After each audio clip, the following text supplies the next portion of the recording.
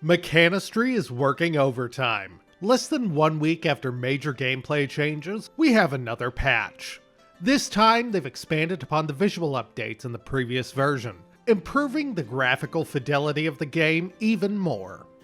And don't worry, those of you with less powerful computers, this won't be another waterfall effects fiasco. There's a whole host of new graphics options to tailor the game to run smoothly on your system. After reviewing those, we'll touch on the small host of gameplay changes since last week, and finish up with the biggest announcement in the patch notes. I promise this one will actually be a, quote, short video, so let's get to it. And so, welcome back to our patch notes rundown. Now, the first thing is going to be on this screen. We have some further UI updates, the only one in this patch. As we know, we got the alerts update last time. They have also updated the tutorial to match that same kind of transparent purple window that we have for both the events and also our storage up here. Some of this is the old icons and some of this does appear to be completely new. I know last time I said I wondered if they were going to be redoing the entire UI, but I think it's going to be a mix of the two. I realized after that these drop downs have always been this same color, or at least have been the same color and transparency for a very long time, going back to at least when I started playing the game. But they have been that way for years, and they're bringing certain other elements up to that same standard. Now, I do still wonder if, for example, this bit of the UI might become the same transparent blue, because it is right next to this other one, and it would make sense to me, but who knows? Mechanistry, probably. But with those UI changes out of the way, there's a few other visual things that I need to change maps for. And now the first major change we have is going to be to Seeps. So first of all, if we look at our pond here, we can actually see there is now a visual effect on the top of the water, indicating that there is a seep under it and where it is. Before, you could not see with the effects where a seep was unless you were looking under the water like this. The other big seep change is that now we not only have regular seeps, we also have been given bad water seeps. So they look slightly different. As we can see, they've got kind of a lava look to them, oddly enough. But then these will function exactly the same way seeps do, except for they do output bad water rather than fresh water. And as we can see, that visual effect of the seep is present for both the bad water and the water seep.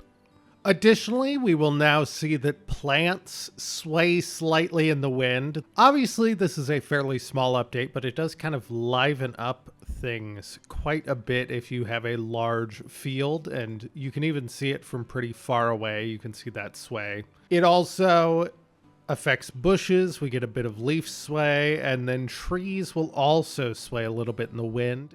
You can even see it a little bit on the dead trees. The branches sway a tiny bit. And this is based off of wind strength, so I can't really show it because this is an Iron Teeth colony. But in a Folktale colony, the amount that these plants are waving back and forth is going to be dependent on the strength of the wind on that particular day. So that's a very close-up, myopic little detail that they've added. On the flip side, if we scroll all the way out, we will see that in contrast to that very small graphical update, there is a big graphical update in the Skybox. Last patch, we got bluer skies. Now for daytime, we also have clouds in the sky. During sunset, we get a much more bloom-filled sunset. And there are, you can't really see them from all the way up here, but there are shadows that are higher graphical quality, and then when we get all the way to nighttime, we will see that there are now stars in the sky, littering it all the way around. So that'll really improve screenshots, I'm sure. And it just looks all around prettier. Now there are also some small bloom updates and things like that, but if you go to settings, you can turn any of them up or down based off of how your computer is handling it. It looks like it's set basically everything to high for me. I don't know if it detects what graphics quality it should be on or if it has defaulted to high. Let's see if I turn it to ultra. Will the game crash? Nope, there we go. Turning it to ultra did crash the game. So hold on just a second. All right, and I am back, and the game is still in ultra settings. Apparently, it was either something just about changing those settings mid-game or possibly mid-recording that caused the game to crash. But though apparently change graphic settings in the main menu, you do now have finer control over those than before. So that's going to be the visual changes in this patch. There are a couple of gameplay things that did get touched upon, so let's move on to those. Number one and most important, this was hidden in the patch notes, but it is by far the biggest update, in my opinion, in this entire thing. If we go to mark resources for demolition and we highlight a big area of these dead trees here, what we will see is that while the full trees over here will stay with that icon above them and need workers to remove them, the stumps will fully disappear without any intervention by our beavers. We could go through this entire forest and get rid of every single stump. You no longer need to either wait for your beavers to get over here to remove them or do the old trick where you run paths through stumps to get rid of them. You can just mark the resources for demolition and call it a day. That is huge. That is major. Thank you so much, Mechanistry, for that one. Much smaller. They changed the name of steam engines last update to steam engines because they wanted to differentiate them from geothermal engines. Either as a consequence or as a gameplay update, they have also made steam engines take water, so they now actually take more water than they do logs.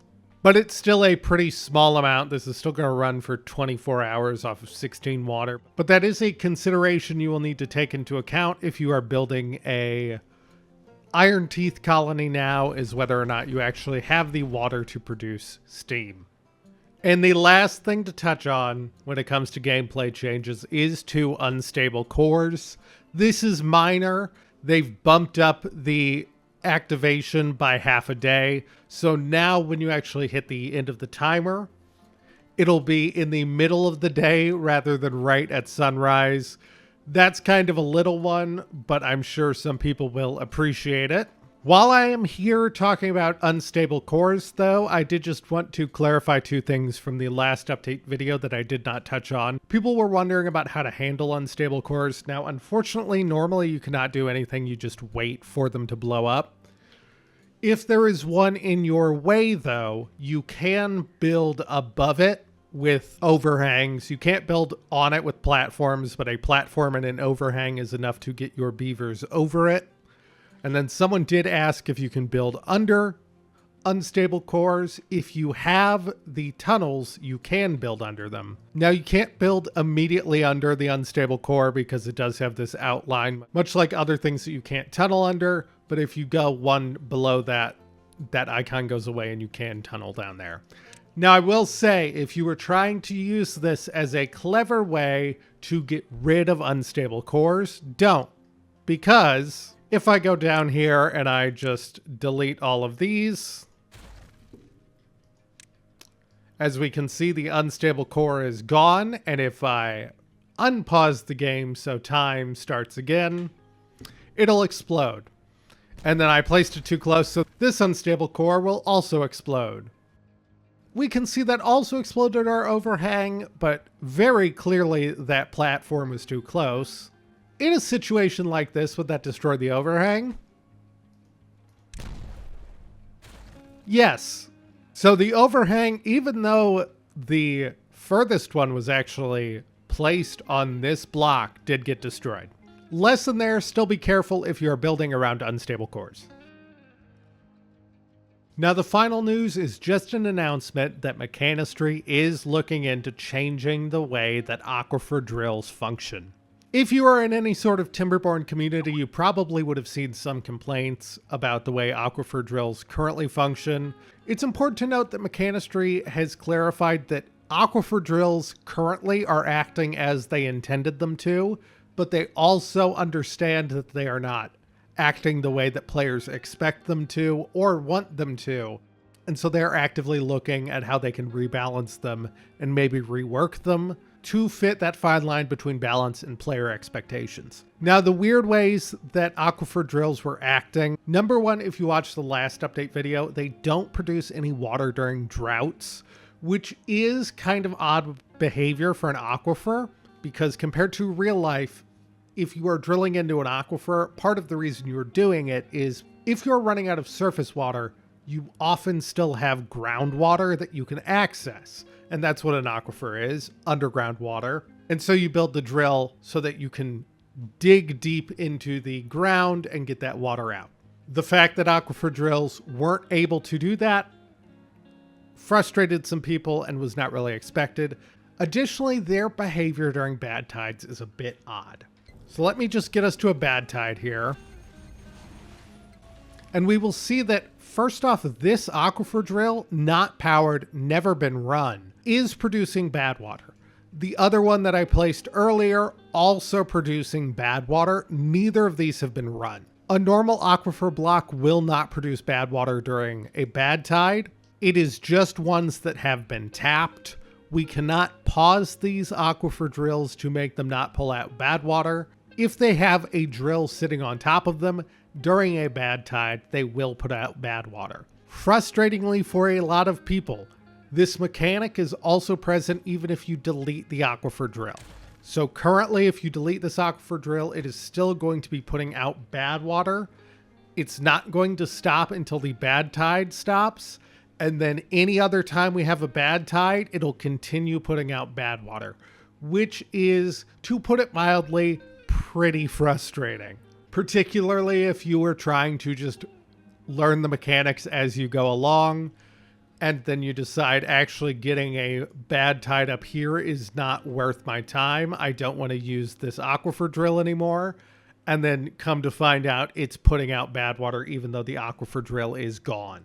Some people have also expressed frustration with the way that that means that if you have a map with an ancient aquifer drill, it pours out bad water regardless of if you've powered it. Personally, I kind of like that when it comes to the ancient aquifer drill. It goes along with the minimal lore of the game, with these aquifer drills being left over by the humans, who have clearly ultimately perished. And if they couldn't stop the bad tides from coming up from their underground water sources, it's some environmental storytelling. On the other hand, I think it is extremely frustrating with the built aquifer drills, especially because these take more power than the ancient ones, that our beavers do not have a way to stop the bad water coming up. Now, considering that aquifer drills are pretty cheap as it stands, they only take metal gears and planks.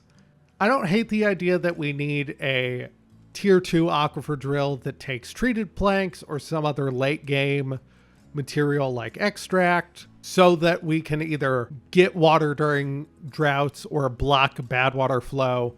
I think that makes total sense, and I would personally rather see it than the regular aquifer drill being able to do both of those, maybe one or the other.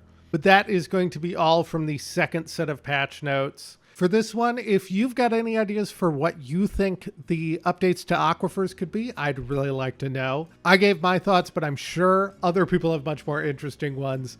I'd love to read them down below. I'm looking forward to hearing other people's thoughts on what those updates could be. And there's always more discussion to be had on my Discord. As always, thank you so much for watching. I am Walter Cronkite now. Goodbye.